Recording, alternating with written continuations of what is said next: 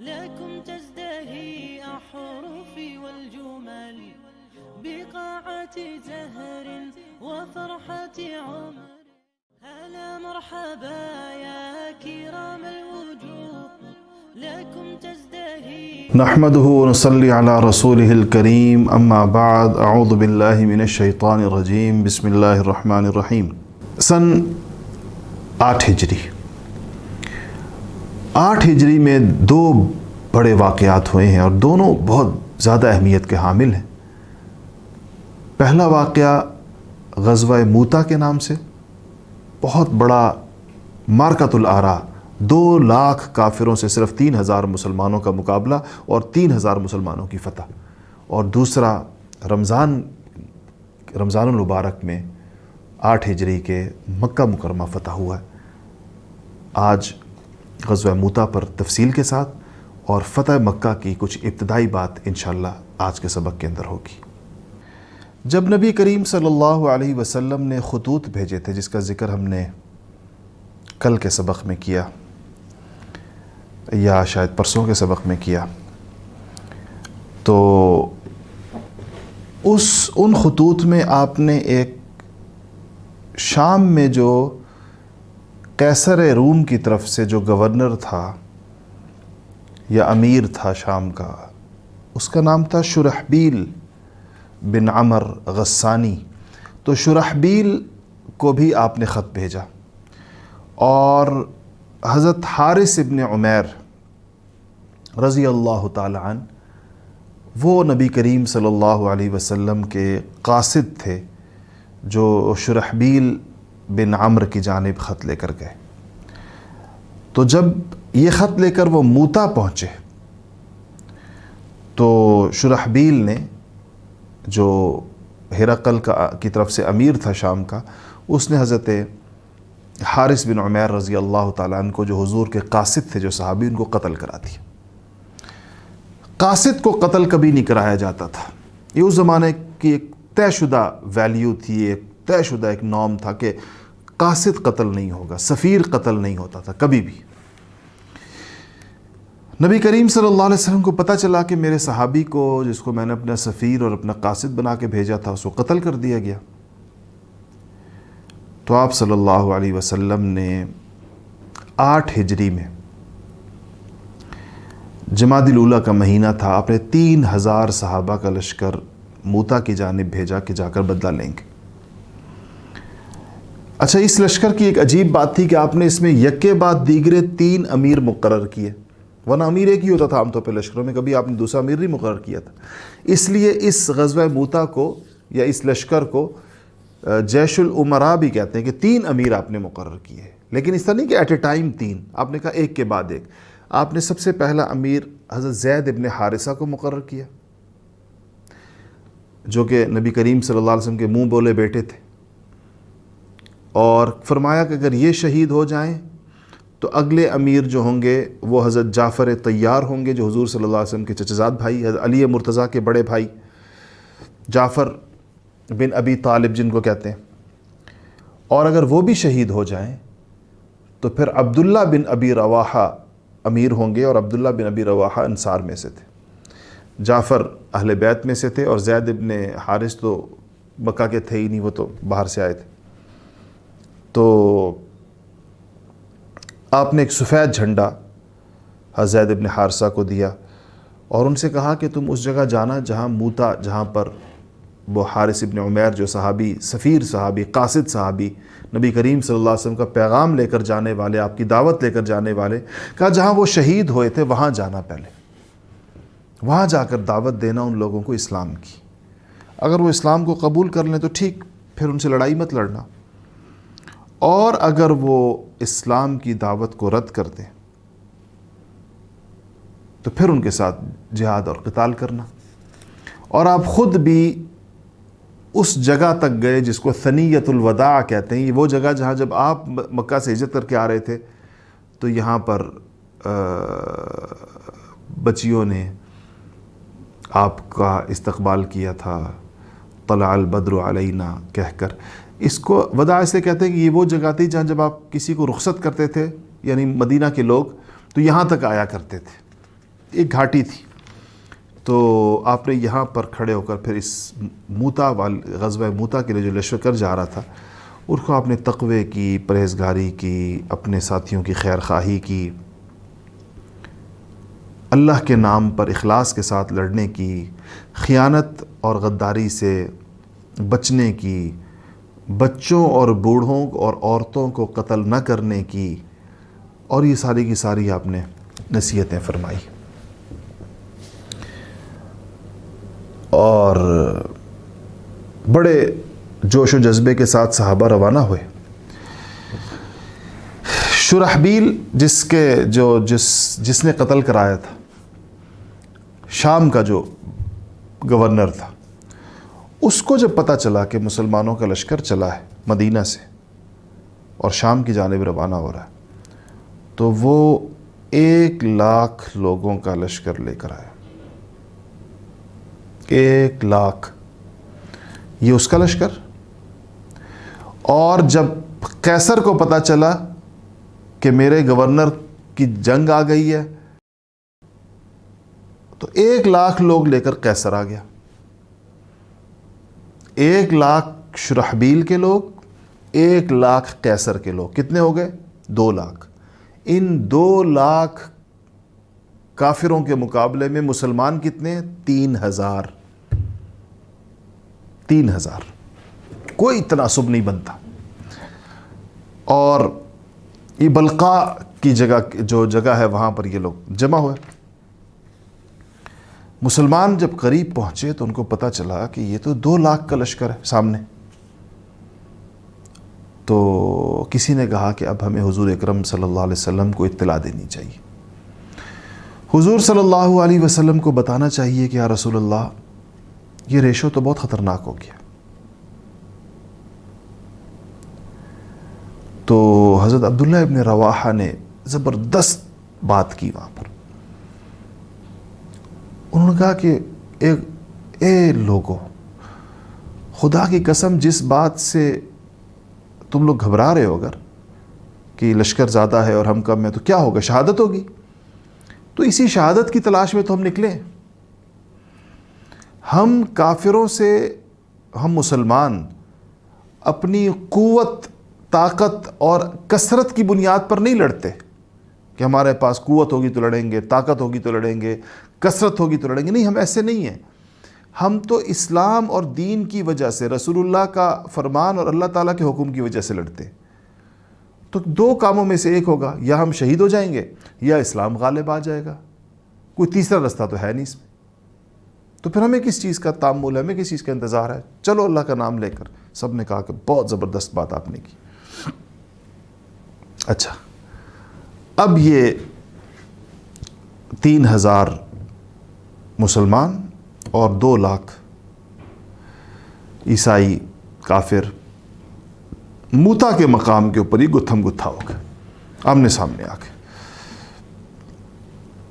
آپ صلی اللہ علیہ وسلم نے جو ہدایت فرمائی بھی تھی، زید ابن حارثہ کے ہاتھ میں جھنڈا تھا اسلام کا جو آپ نے باندھ کر دیا تھا، وہ لڑتے ہوئے شہید ہو گئے. نبی کریم صلی اللہ علیہ وسلم کو ان سے بڑی محبت تھی. زید ابن حارثہ بیٹا بنایا ہوا تھا.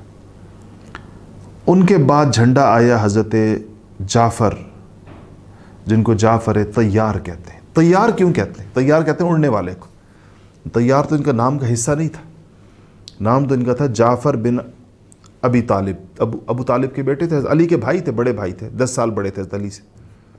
ان سے بڑے عقیل تھے، وہ ان سے 10 سال بڑے تھے. یہ تینوں بھائی مسلمان ہوئے تھے. ان سے بڑے جو تھے وہ طالب تھے، وہ مسلمان نہیں ہوئے تھے. 4 بیٹے تھے ابو طالب کے. تو حضرت جعفر کا جب گرد کافروں نے گھیرا ڈال دی، حضرت جعفر اپنے گھوڑے سے نیچے اترائے اور اپنے گھوڑے کے پاؤں کاٹ دیے تاکہ یہ گھوڑا یہ لوگ استعمال نہ کر سکیں مسلمانوں کے خلاف. اور اتنی بہادری سے لڑے، اتنی بہادری سے لڑے.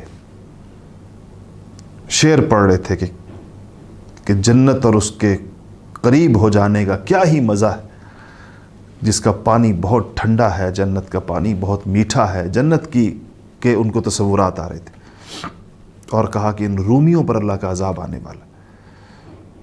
تو لڑ رہے تھے، ایک ہاتھ میں تلوار ایک ہاتھ میں جھنڈا.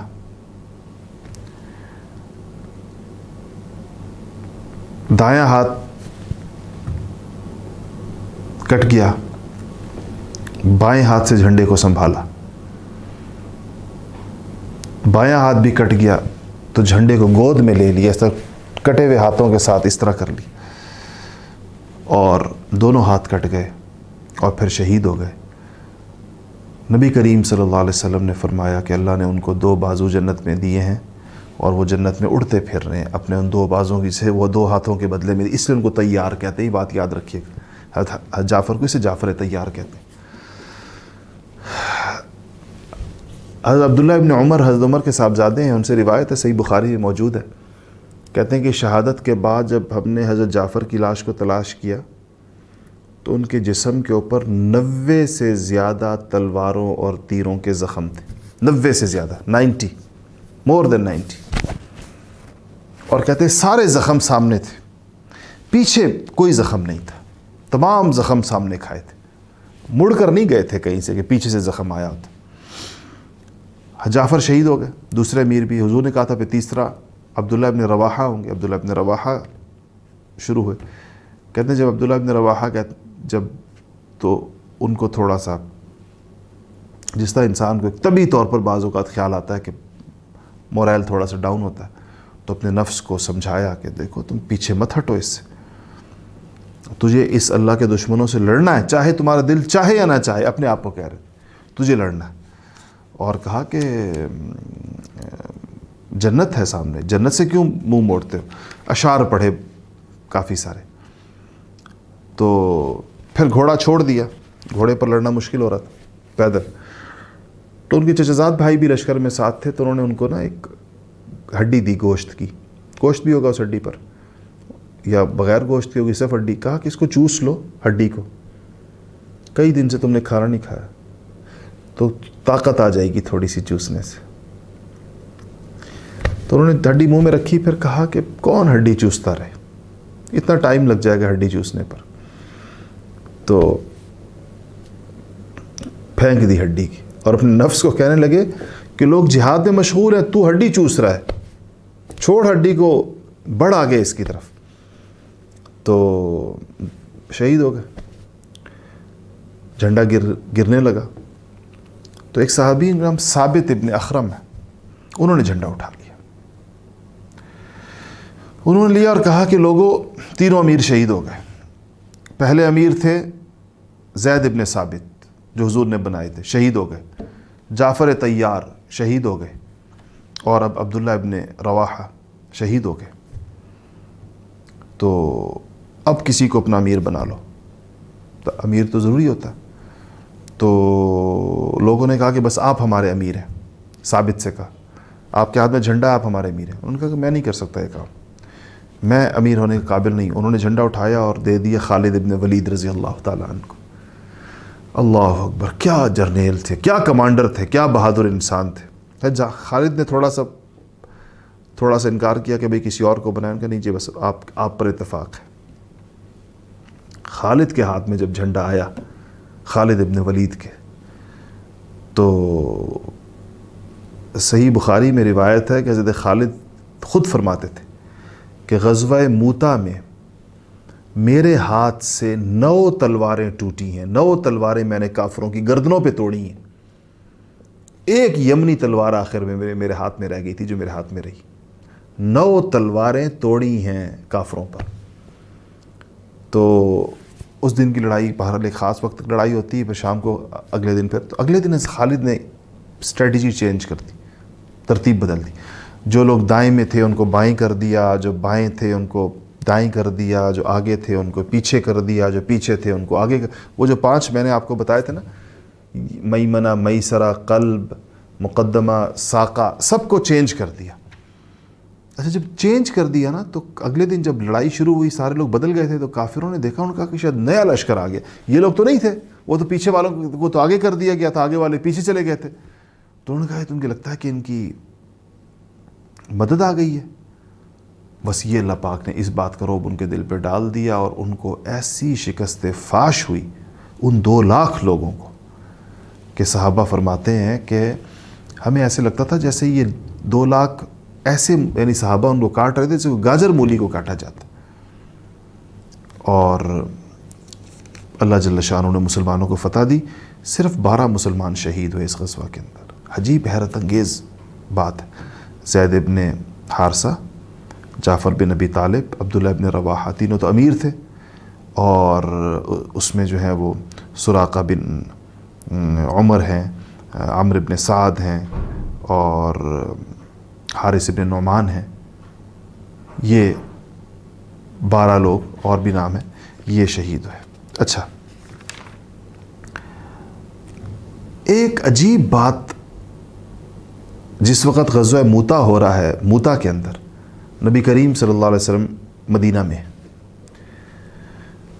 اور اس دن ایک بہت عجیب بات یہ ہوئی کہ آپ کو مدینہ منورہ میں بیٹھ کر غزوہ موتا کا منظر اللہ نے سامنے دکھا دیا، اور بالکل ایسے جیسے کوئی اسکرین چل رہی ہو، اس طرح آپ کے سامنے کر دیا اس منظر کو اللہ جل شانہ. آپ نے کیا کیا کہ آپ نے آواز لگوائی. جو مدینہ میں ایک آواز ہوتی تھی مسجد میں جمع ہونے کی، سارے صحابہ آ جاتے تھے، الصلاۃ جامعہ، مسجد میں آ جاؤ. تو منادی ہو گئے صلاۃ جامعہ کی، لوگ آ گئے مسجد میں. تو آپ ممبر پہ تشریف فرما ہوئے نبی کریم صلی اللہ علیہ وسلم، اور آپ نے منظر آپ کے سامنے تھا اور آپ ارشاد فرما رہے دیکھ دیکھ کر، اور لوگ سن رہے ہیں. آپ نے کہا کہ جھنڈا زید ابن ثابت کے ہاتھ میں، زید ابن حارثہ کے ہاتھ میں، اور کافروں سے خوب لڑ رہا ہے، خوب قتال کر رہا ہے. پھر آپ نے کہا کہ زید ابن حارثہ شہید ہو گئے، اور شہید ہوئے اور جنت میں چلے گئے. پھر آپ نے کہا، آپ نے فرمایا کہ اب جھنڈا جعفر کے ہاتھ میں، اور کہا کہ جعفر نے خوب لڑائی لڑی اور شہید ہو گئے، جنت میں چلے گئے. پھر آپ نے کہا کہ اب جھنڈا عبداللہ ابن رواحہ کے ہاتھ میں، اور خوب لڑے، اور اچھا آپ نے جعفر کے ساتھ یہ بھی فرمایا کہ جعفر خوب لڑے، شہید ہو گئے، اور فرشتوں کے ساتھ اب وہ جنت کے اندر اپنے 2 بازوؤں کے اوپر اڑ رہے ہیں جنت کے اندر، جنت کا منظر بھی دیکھ.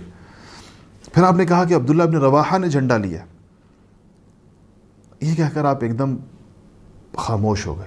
آپ خاموش ہوئے تو انصار کو بڑی فکر ہو گئی. کہا کہ یہ تو 2 کے بارے میں تو آپ نے تیزی سے فرمایا کہ جھنڈا لیا، لڑے، شہید ہو گئے، جنت میں چلے گئے. عبداللہ ابن رواحہ کے بارے میں آپ خاموش کیوں ہو گئے؟ پھر آپ نے فرمایا کہ عبداللہ لڑے، خوب لڑے، اچھے طریقے سے لڑے، شہید ہو گئے، جنت میں چلے گئے. بعد میں انصار نے پوچھا کہ یا رسول اللہ آپ تھوڑی دیر خاموش ہوئے تھے عبداللہ ابن رواحہ والی بات پر. تو حضور نے فرمایا کہ عبداللہ ابن رواحہ کو تھوڑی دیر کے لیے اس کے نفس نے روکا تھا کہ مت گھسو اس میں، 2 شہید ہو گئے تو مت آگے جاؤ، لیکن انہوں نے اپنی نفس کی بات کو پرے پھینک کر اور اپنے نفس کو ڈانٹ کر اس میں انہوں نے چھلانگ ماری اور شہید ہوئے. تو کہا جب تک وہ رکے تھے تو میں بھی اس وجہ سے تھوڑا سا رکا تھا جتنی دیر میں وہ رکے. تو اس کے بعد آپ نے کہا کہ وہ بھی شہید ہو گئے. جب آپ یہ فرما رہے تھے تو آپ کی آنکھوں سے آنسو بہہ رہے تھے، اپنے ساتھیوں کی شہادت کا منظر آپ کو نظر آ رہا تھا مدینہ میں بیٹھ کر. پھر آپ نے کہا کہ اب تلوار آئی، سیف من سیوف اللہ، اللہ کی تلواروں میں سے ایک تلوار کے ہاتھ میں، خالد ابن ولید کے ہاتھ میں. خالد کے ہاتھ میں تلوار آ گئی ہے، اور خالد کے ہاتھ میں جھنڈا اسلام کا آ گیا ہے، خالد نے قیادت سنبھال لی ہے. پھر آپ نے فرمایا مسلمانوں کو فتح ہو گئی، فتح ہونے کا اعلان فرمایا. پھر آپ نے فرمایا کہ اللہم، اے اللہ، انہو سیف من سیوفک، یا اللہ خالد ابن ولید تیری تلواروں میں سے ایک تلوار ہے، یا اللہ تو اس کی مدد فرما، اس کی نصرت فرما. اس دن سے حضرت خالد بن ولید کا جو لقب ہے یہ سیف اللہ ہو گیا، سیف اللہ. اور حضرت صدیق اکبر رضی اللہ تعالیٰ عنہ نے جب حضرت خالد بن ولید کو کچھ مرتدوں کے مقابلے کے لیے، جو لوگ اسلام چھوڑ کے مرتد ہو گئے تھے، مقابلے کے لیے بھیجا، تو کہتے ہیں کہ خالد کو امیر بنایا.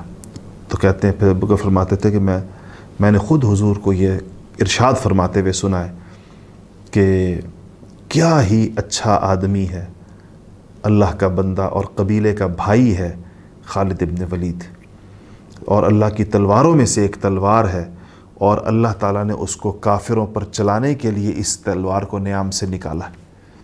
اللہ نے اس تلوار کو نیام سے نکالا ہے کافروں پہ چلانے کے لیے، خالد سیف اللہ۔ اچھا جی، یہ ہوا، اور اللہ جل شانہ نے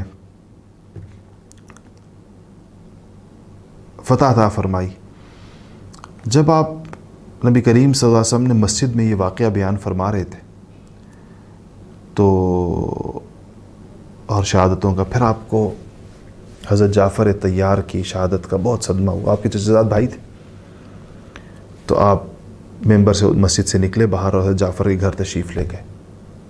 حضرت جعفر رضی اللہ تعالیٰ عنہ کی جو اہلیہ تھی ان کا نام اسماء بنت عمیس تھا،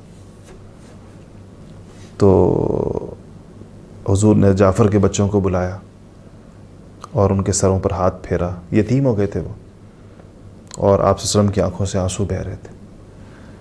تو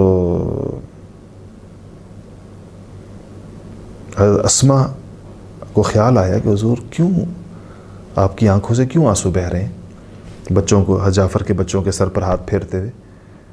تو حضرت اسماء نے کہا کہ یا رسول اللہ، میرے ماں باپ آپ پہ قربان، کیا جعفر اور ان کے ساتھیوں کے بارے میں کوئی اطلاع آئی ہے؟ آپ نے فرمایا کہ ہاں، جعفر شہید ہو گئے۔ تو حضرت اسماء کہتی ہیں جیسے حضور نے یہ فرمایا تو میری چیخ نکل گئی جعفر کی شہادت کا سن کے۔ تو کہتے ہیں عورتیں ساری انصار کے گھروں سے نکل کر میری آواز سن کر میرے گھر میں آنا شروع ہو گئیں۔ تو جب عورتیں جمع ہونا شروع، آپ سے تشریف لے گئے، اور آپ نے جا کر اپنے گھر والوں سے کہا کہ کچھ پکا کر آج جعفر کے گھر میں بھیج دو، آج ان کے گھر میں صدمہ ہے، وہ آج پکانے کے لیے فارغ نہیں ہے، فرصت نہیں ان کو پکانے کی اپنے غم کی وجہ سے، تو آج ان کے گھر میں کچھ کھانا بھیج دو پکا کر۔ اور کہتے ہیں آپ صلی اللہ علیہ وسلم پر صحابہ کہتے ہیں خود بھی حضرت جعفر کی شہادت کا بہت اثر رہا، 3 دن تک آپ مسجد میں رہے اس کی وجہ سے۔ اور پھر جب یہ لشکر واپس آیا خالد ابن ولید کی قیادت میں موتا سے، تو نبی کریم صلی اللہ علیہ وسلم کو جب مدینہ کے قریب یہ پہنچا تو آپ نے مدینہ سے مسلمانوں کی ایک بڑی جماعت اپنے ساتھ لے کر مدینہ سے باہر جا کر ان کا استقبال کیا، خوشی کا اظہار فرمایا۔ اچھا، 8 ہجری کا یہ بڑا مشہور قصہ تھا، واقعہ، یعنی غزوہ موتا۔ نہیں، معذرت کے ساتھ میں نے شاید 8 ہجری کہا، یہ ہے 7 ہجری کا، 7 ٹھیک ہے 8 ہجری میں۔ اچھا، 8 ہجری میں سب سے بڑی چیز تو یہ ایک بڑا واقعہ یہ ہوا، لیکن 8 ہجری کا سب سے بڑا واقعہ اگر دیکھا جائے، یا 8 ہجری کی جو سب سے اسلامی تاریخ کا جو سب سے عظیم الشان واقعہ ہے وہ فتح مکہ ہے۔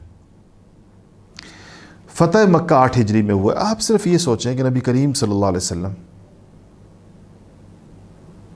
8 برس پہلے، بلکہ 7 ساڑھے 7 برس پہلے مکہ مکرمہ سے کس طرح آپ کو ہجرت پر مجبور کیا گیا۔ صرف 7 سال اور چند مہینوں بعد اللہ جل شانہ نے آپ کو فاتح کی حیثیت سے مکہ میں داخل فرمایا۔ کتنی بڑی بات ہے اور کتنا بڑا یہ واقعہ ہے۔ تو اچھا، میں تھوڑا اس کا پس منظر بتا دوں، وقت پہ جب پورا ہو جائے گا تو باقی انشاءاللہ ہم کل کریں گے۔ آپ کو پتہ ہے صلح حدیبیہ ہو گیا تھا 6 ہجری کے اندر۔ اس میں یہ طے ہوا تھا کہ جو لوگ قریش کے ساتھ ہو جائیں گے تو وہ قریش کے ساتھ ہی ہوں گے، جو قبائل جو مسلمانوں کے ساتھ ہو جائیں گے تو مسلمانوں کے ساتھ ہی ہو جائیں گے، جنگ نہیں کریں گے آپس میں، اور کوئی بھی جو جس کے ساتھ ہوگا وہ اس کو جنگ میں فیسیلیٹیٹ نہیں کرے گا، کوئی ایک جو حلیف کہتے ہیں اس کو، جو ایک دوسرے کے ساتھ ہو جاتے ہیں۔ تو بنو بکر ایک قبیلہ تھا مکہ میں، وہ قریش کے ساتھ ہو گئے تھے، اور بنو خزاعہ مسلمانوں کے ساتھ ہو گئے تھے۔ اب بنو خزاعہ مسلمانوں کے ساتھ ہی اور بنو بکر قریش کے ساتھ ہی ہو گئے تھے۔ بنو بکر اور بنو خزاعہ میں شروع سے انبن چل رہی تھی کہ لڑائیاں ہوتی رہتی تھی بہت پرانی۔ تو ایسا ہوا کہ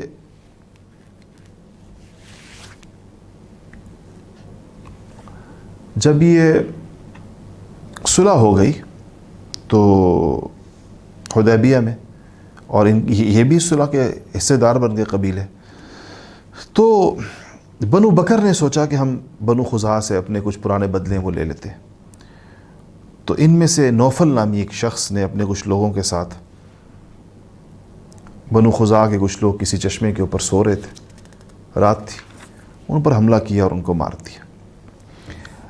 کہتے ہیں کہ قریش کے سرداروں میں سے صفوان ابن امیہ نے، شیبہ بن عثمان نے، سہیل ابن عمر نے، ان لوگوں نے بھی ساتھ دیا ان کا۔ تو وہ خزاعہ کے لوگ، جب یہ لوگ وہاں ان پر حملہ کیا، وہ بھاگے، مکہ پہنچے، حرم میں آئے کہ ہمیں یہاں پر، مکہ کے تھوڑا سا باہر تھے، حرم کے اندر آ گئے کہ یہاں ہمیں امان ملے گی، لیکن ان کو وہاں بھی امان نہیں ملی اور ان کو قتل کر دیا گیا۔ قریش نے اپنے جو ساتھی تھے، یہ بنو بکر والے جو حملہ آور تھے جنہوں نے حملہ کیا تھا، ان کو اسلحہ بھی دیا، بندے بھی دیے۔ اچھا، پھر کیا ہوا کہ جب یہ واقعہ ہو گیا تو قریش کو صبح خیال ہوا کہ ہم نے تو معاہدہ توڑ دیا، ہم نے بنو بکر کا ساتھ دیا، اور بنو خزاعہ تو مسلمانوں کے ساتھی ہیں، اس طرح معاہدے کے اندر شریک ہیں، تو ہم نے تو حدیبیہ میں جو طے کیا تھا وہ غلط، وہ توڑ دیا۔ تو ادھر یہ ہوا کہ بنو خزاعہ کے ایک آدمی جن کا نام عمر ابن سالم خزاعی تھا، وہ 40 لوگوں کا وفد لے کر حضور کے پاس مدینہ میں مدینہ آ گئے، بارگاہ نبوت میں حاضر ہو گئے۔ مسلمان نہیں تھے یہ لوگ، نبی کریم صلی اللہ علیہ وسلم مسجد نبوی میں تھے تو سالم نے کھڑے ہو کے تقریر کی اور کہا کہ اے پروردگار، میں محمد صلی اللہ علیہ وسلم کو ان کے باپ اور ان کے باپ کے باپ عبد المطلب کا عہد یاد دلانے آیا ہوں کہ جس طرح ہم ان کے حلیف ہیں، ان کے ساتھی ہیں، ہمارے باپ دادا ان کے باپ دادوں کے ساتھی تھے۔ اس کے بعد اس نے اشعار پڑھے اور کہا کہ اپنا تعلق، ہمارا آپ سے یہ تعلق رہا، یہ تعلق رہا، اور یہ بھی کہا کہ آپ کے ساتھ ہمارا ننیالی رشتہ، آپ کا ہمارے ساتھ، آپ کے پردادا عبد مناف کی جو ماں تھی وہ خزاعہ قبیلے کی تھی، اور ساری اس نے بات سنائی۔ تو نبی کریم صلی اللہ علیہ وسلم کو جو یہ پتہ چلا کہ ان پر ظلم ہوا ہے، ہمارے ساتھی تھے، حلیف تھے، اور ان پر ظلم کیا گیا، تو آپ نے کہا کہ میں اگر ان کی مدد نہ کروں تو پھر میری مدد بھی نہ کی جائے، یعنی یہ تو ہم پر ان کی مدد لازم آ گئی۔ تو پھر آپ نے کہا کہ کیا سارے بنو بکر شریک تھے اس ظلم میں، اس حملے میں؟ تو عمر بن سالم نے کہا کہ نہیں، سب نہیں تھے، ان کے 2-3 سرداروں کا نام لیا، اور اس کے بعد یہ لوگ آپ سے مدد کا کہ آپ کو مدد کریں گے، وفد واپس چلا گیا۔ آپ نے پھر ایک قاصد بھیجا قریش کے پاس اور کہا کہ دیکھو معاہدہ تھا، اب 3 صورتیں ہیں اس جو کچھ ہوا اس کی تلافی کی۔ پہلی صورت یہ ہے کہ جو خزاعہ کے جو لوگ مارے ہیں، مقتول ہیں، ان کی دیت کہتے ہیں، وہ خون بہا، پیسہ دو ان سے جو بنتی ہے، 100 کیا کہنا چاہیے، اونٹ ایک بندے کی دیت تھی، تو اگر 10 بندے گئے ہیں تو 1000، اگر 20 بندے گئے ہیں تو 2000 اونٹ۔ یا یہ کرو کہ بنو بکر کے جن لوگوں نے یہ کام کیا ہے ان سے اپنے معاہدے ختم کر دو، ان کو اپنے عہد سے نکال دو۔ یا یہ کرو تیسرا کہ معاہدہ حدیبیہ کے ختم ہونے کا اعلان کر دو، 3 میں سے کوئی ایک۔ تو جب یہ قاصد وہاں پہنچا تو قریش کے کچھ لوگوں نے جلدی میں جواب دیا، کہا کہ نہ ہم دیت دیں گے، نہ ہم بنو بکر کے ان لوگوں کے ساتھ اپنا قطع تعلق کریں گے جنہوں نے یہ قتل کیا ہے، اور جہاں تک بات ہے صلح حدیبیہ میں ہونے والی صلح کی، اس کو ہم ختم کر سکتے ہیں، اس کی ہمیں پرواہ نہیں، اس پر ہم راضی ہیں کہ اس کو فسخ کر دیں۔ یہ قاصد واپس آ گیا ان کا پیغام لے کے، وہ کہہ رہے ہیں کہ جی ہم نے یہ پہلے 2 کام تو نہیں کرنے، باقی صلح حدیبیہ ختم ہے ہماری طرف سے۔ لیکن جب یہ قاصد نکل گیا نا مدینہ کے لیے حضور کا، تو قریش کو خیال آیا کہ ہم نے تو معاہدہ توڑے غلط کیا ہے. بس ان کے دل پہ رعب آ گیا، ان کا کہ ایسا نہ ہو کہ مسلمان حملہ کر دے ہم پر. تو ابو سفیان چونکہ اب بڑے رہ وہی تھے، ان کو بھیجا کہ جائیں آپ مدینہ جا کر صلح حدیبیہ کو دوبارہ تجدید کریں اس کی. ہم نے تو پیغام بھیج دیا کہ ختم ہے، آپ جا کر کہیں کہ دوبارہ ہے. تو ابو سفیان روانہ ہوئے مکہ سے مدینہ کے لیے. حضور نے صحابہ کو، حضور کو پہلے سے پتہ چل گیا وحی کے ذریعے، حضور نے صحابہ کو بتایا کہ ابو سفیان آ رہے ہیں. ابو سفیان پہنچے تو اچھا، ابو سفیان کو رستے کے اندر وہ لوگ بھی مل گئے جو خزاعہ والے واپس آ رہے تھے. وہ جو خزاعہ والے حضور کے پاس گئے تھے 40 لوگ، تو ان سے اس نے پوچھا ابو سفیان نے آپ لوگ کہاں سے آ رہے؟ تو اس نے کہا کہ بس ہم یہاں قریب سے آ رہے. تو جب وہ چل پڑے تو ابو سفیان نے ان کے اونٹ کی مینگنی اٹھائی اور توڑی، اس میں سے کھجور کی گٹھلی نکلی. اس گٹھلی کو دیکھا اور کہا کہ یہ تو یثرب کی کھجور ہے. تو خدائی قسم یہ تو حضور کے پاس سے آ رہے ہیں، اس کا مطلب ہے کہ انہوں نے رپورٹ وہاں پہنچا دی ہے. خیر ابو سفیان تیزی کے ساتھ آئے.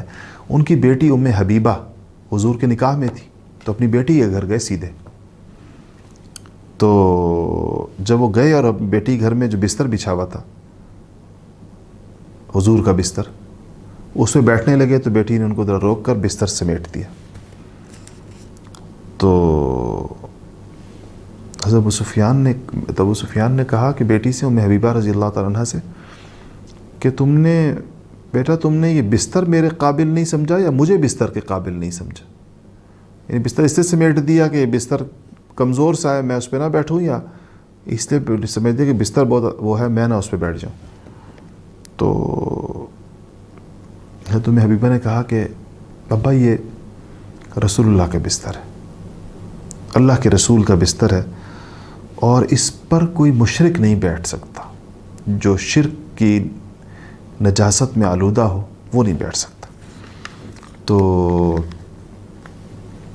ابو سفیان نے کہا کہ تم میرے گھر سے نکل کر تم اس شر میں مبتلا ہو گئی ہو، ان باتوں میں. تو ام حبیبہ رضی اللہ تعالیٰ عنہ نے کہا کہ شر میں نہیں، کفر کی ظلمت سے نکل کر اسلام کے نور میں داخل ہوئی. تو اور کہا کہ تعجب ہے کہ آپ اتنے سمجھدار آدمی ہیں، آپ قریش کے اتنے بڑے آدمی ہیں، اور آپ ان پتھروں کو پوجتے ہیں جو نہ سنتے ہیں نہ بولتے ہیں نہ دیکھتے ہیں. اچھا، تو یہ خیر ابو سفیان وہاں سے اٹھے، پوچھا حضور کہاں؟ پتہ چلا مسجد میں. تو مسجد میں آئے تو کہا کہ میں جی اس معاہدے کو دوبارہ کرنے کے لیے آیا ہوں. تو حضور نے فرمایا کہ آپ نے جواب نہیں دیا. حضور نے تو جب ان کو حضور سے جواب نہیں ملا تو اٹھ کر حضرت ابوبکر کے پاس آئے، کہا کہ آپ کچھ کریں. تو حضرت ابوبکر نے فرمایا کہ میں کیا کر سکتا جو حضور نے جواب نہیں دیا. تو وہاں سے اٹھ کے حضرت عمر کے پاس آئے. تو حضرت عمر کے پاس آئے. حضرت عمر تو پہلے ہی جلالی مزاج، ان کا میں تمہاری سفارش لے کے جاؤں گا حضور کے پاس، میں تو خدائی قسم تمہارے ساتھ میرا جہاد آ جائے، اللہ تعالیٰ مجھے تمہارے ساتھ مقابلہ ہو، میرے ساتھ ایک بندہ بھی نہ ہو، میں تم لوگوں سے لڑوں گا. تو خیر وہاں سے نکلے جھینپ کر حضرت علی کے پاس آئے. تو اس وقت حضرت فاطمہ الزہرا بھی بیٹھی ہوئی تھی، حضرت حسن سامنے کھیل رہے تھے. کیا عمر ہوگی حسن کی؟ 8 ہجری ہے، 3 ہجری کی ان کی پیدائش ہے. 5 سال کے ہوں گے، 5-6 سال کے حسن تھے. تو ان سے کہا کہ حضرت علی سے کہا کہ آپ سے میری اتنی قریبی رشتہ داری ہے، آپ کوئی بات کریں حضور صلی اللہ علیہ وسلم سے. تو حضرت علی نے کہا کہ جب حضور نے آپ کو کوئی بات نہیں کی ہے تو میں نہیں کر سکتا. تو ابو سفیان نے فاطمہ سے کہا کہ فاطمہ، اگر یہ تمہارا بیٹا حسن جو ہے نا، چھوٹا بچہ حسن، اگر یہ کھڑے ہو کر پکار دینا کہ میں نے قریش کو امان دی ہے، تو یہ ہمیشہ کے لیے سردار بن جائے گا، عرب کا سردار مان لیا جائے گا. تو حضرت فاطمہ نے کہا کہ اول تو اتنا چھوٹا بچہ ہے، یہ کہاں سے پناہ دے سکتا ہے، امن دے سکتا ہے، امان دے سکتا ہے، اور دوسرا حضور کی مرضی کے خلاف کیوں دے گا امان، حضور کی اگر مرضی نہیں ہے. تو ابو سفیان نے کہا کہ اچھا کچھ نہیں ہوا. علی سے کہا مشورہ تو دیں مجھے، میں کیا کروں، کوئی میری نہیں سن رہا یہاں پر. تو علی نے کہا کہ ٹھیک ہے، پھر آپ یوں کریں کہ اگر آپ مفید سمجھتے تو جا کے اعلان کر دیں کہ میں اس کام کے لیے آیا ہوں مسجد کے اندر، اعلان کریں، دیکھیں پھر حضور کیا کہتے ہیں. تو ابو سفیان گیا اور جا کے اعلان کیا کہ میں اس لیے آیا ہوں کہ میں یہ مدت دوبارہ ایکسٹینڈ کرنے آیا ہوں، صلح کی مدت کو جو ہم نے جس پر انکار کر دیا تھا. اور یہ اعلان کیا اور مکہ واپس چلا گیا. مکہ پہنچا تو لوگوں نے پوچھا کہ آپ نے، اس نے کہا لوگ کیا کیا؟ کہا کہ میں اعلان بس کر کے آ گیا وہاں. تو کہا کچھ جواب ملا اعلان کا؟ تم نے کہا کہ مدت ہم ایکسٹینڈ کر رہے ہیں صلح کی، جواب ملا؟ کہ جواب تو نہیں ملا. کہا تو پھر ویسے ہی آ گئے تم تو. ادھر آپ صلی اللہ علیہ وسلم نے صحابہ سے کہا تیاری کریں، اور پوشیدہ اور آس پاس سے کچھ قبائل کو بھی آپ نے پیغامات بھیجوا دیے اور آپ نے کہا کہ جی سب تیاری کریں. اور یہ جب تیاری ہو گئی تو رمضان میں، جس طرح یہ بھی رمضان چل رہا ہے، 10 رمضان المبارک کو نبی کریم صلی اللہ علیہ وسلم 10,000 پاکیزہ جماعت کے ساتھ، صحابہ کرام کے ساتھ عصر کی نماز پڑھ کر مدینہ منورہ سے نکلے مکہ مکرمہ کی طرف.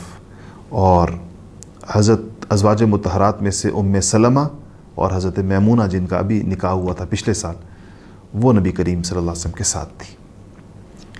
تو یہاں تک بات ہوئی. فتح مکہ کا بیک گراؤنڈ میں نے آپ کو بتا دیا، اور پھر کیسے ہوا فتح مکہ انشاءاللہ اس پر کل بات ہوگی.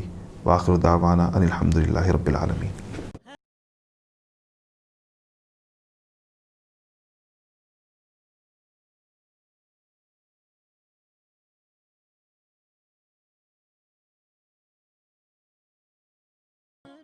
هلا مرحبا يا كرام